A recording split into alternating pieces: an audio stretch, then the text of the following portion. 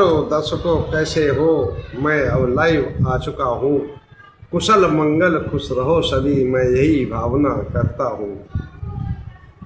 Follow subscribe करो न करो ये तो आपकी मर्जी है, पर ध्यान लगाकर सुनते रहो, बस यही हमारी अर्जी है। आओ बढ़े दंपति की तरफ, आओ बढ़े दंपति की तरफ। 85-86 गाथा पर जो पंडित वज्ञ में आती है, 10वीं 11वीं गाथा पर। इन गाथाओं को पढ़ने पर, इन गाथाओं को पढ़ने पर पता हमें ये लगता है, इन गाथाओं को पढ़ने पर पता हमें ये लगता है, दुखों से पर पार पा जाएं, दुखों से पार पा जाऊं, हर प्राणी यही सोचता है। दुखों से मुक्त हो जाऊं, हर प्राणी यही सोचता है। संसार में प्राणी थोड़े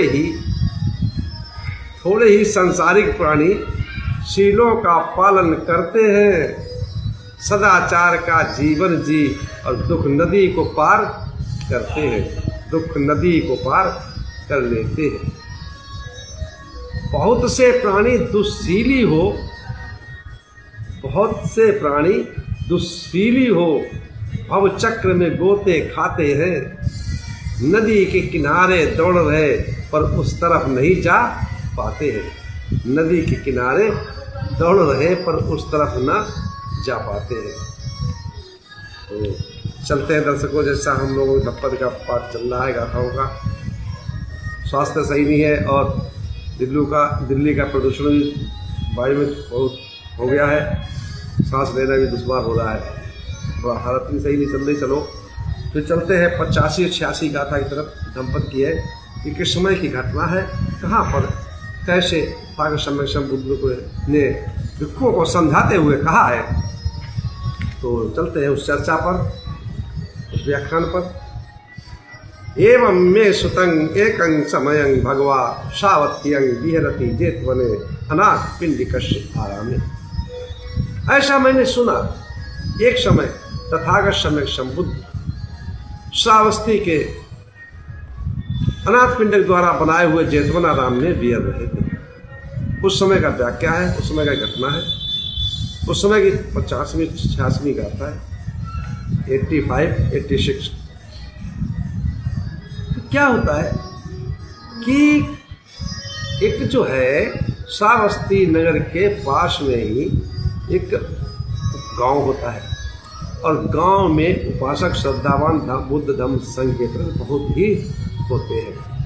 तो उनका एक विचार बनता है, एक मंत्रणा होती है कि ऐसा करते हैं, हम आज पूरी रात ही भिक्षु संघ को बुला करके और धम्म चर्चा करवाई जाए, धर्म चर्चा का आयोजन रखा जाए, धार्मिक आयोजन रखा जाए। व्यवस्था जुटती है, सभी सहमत हो जाते हैं, भिक्षु संघ को बुला करके आमंत्रित पत्रायण पाठ होता है। तत्पश्चात पूरी रात बारी बारी से धर्म देशना चलती है, शील समाधि प्रज्ञा पर, पारमिताओं पर, चार आर्सत्वों पर, आर्यष्टांगिक बीमारियों पर, संबोध्यांगों पर, है ना, 10 बलों पर, दुखों से कैसे मुक्त हो सकते हैं, सुख कैसे प्राप्त हो सकता है, मोक्ष कैसे प्राप्त कर सकते हैं, मुक्ति कैसे मिल सकती है, निर्वाण कैसे पा सकते हैं, ये पूरी रात चर्चा चलती रही, उपदेश चलते रहे, प्रवचन चलते रहे। लेकिन भीड़ तो बहुत शाम को जुटी। अब थोड़ी देर, घंटे 2 घंटे किसी ने सुना तो चल दिया, घर पे जाके सो गया। कुछ लोग इधर उधर टहलते रहे और कुछ लोग 4 घंटे सुना, 12-1 बजे तक, और वहीं लुढ़क गए, सो गए।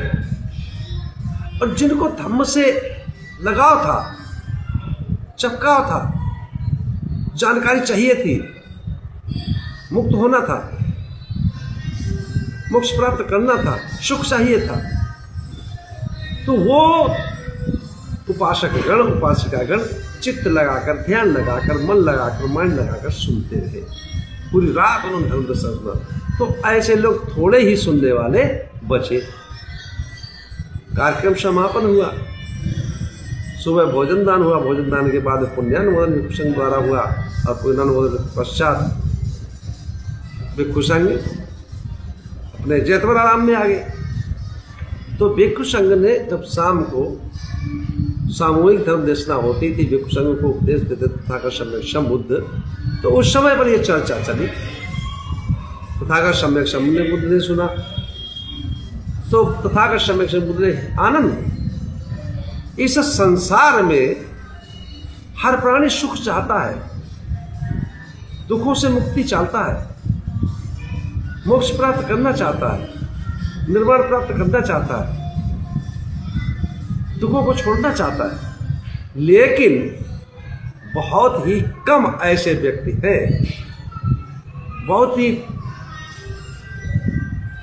अल्प व्यक्ति ऐसे ही हैं जो धम्म की बात को सुन करके, शील समाधि प्रज्ञा की बातों को समझ करके और उन पर आचरण करके और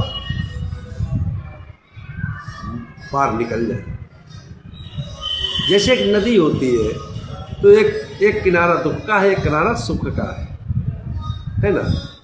तो उसी प्रकार से इस किनारे दुख का संसार है, चित्त में राग द्वेष मोह लोभ लालच ईर्षा खिंचाव तनाव बेचैनी चिंता भरा पड़ा है। तो ये भवचक्र में गोते खाता रहता है, जन्म जन्मांतर होता, निकलना नहीं चाहता, निकलना चाहता लेकिन निकलने की कोशिश नहीं करता, प्रयास नहीं करता। और कुछ लोग ऐसे हैं कि दुख दूसरी तरफ दुख का सुख का किनारा है।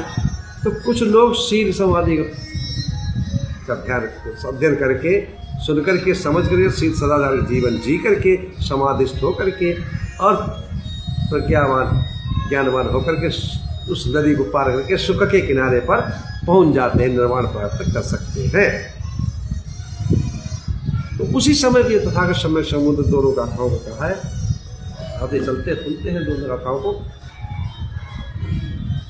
अपकाते मनुष्येषु हे जना पारगामिनो अथायं इतरा पदातिर्मेवानुधावति।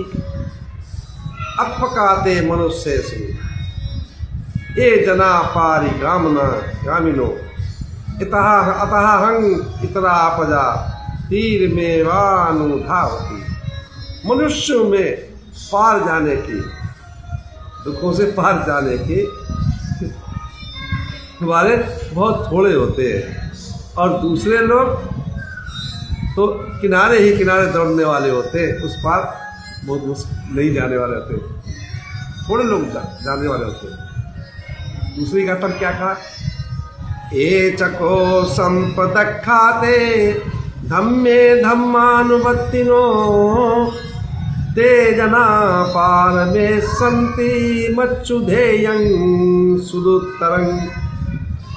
जो भली प्रकार सुने हुए, उपदेशित किए हुए, सुने उत्कृष्ट धर्म को धर्माचरण करते हुए चलते हैं, उस पर आचरण करते हैं, शील सदाचार पर, और उस सदाचार के जीवन जीते हैं, उस पर अमल करते हैं, तो वे ही दुरस्तर इस संसार सागर से, मृत्यु के राज्य सागर से उस पार चले जाते हैं, उस किनारे पहुंच जाते हैं।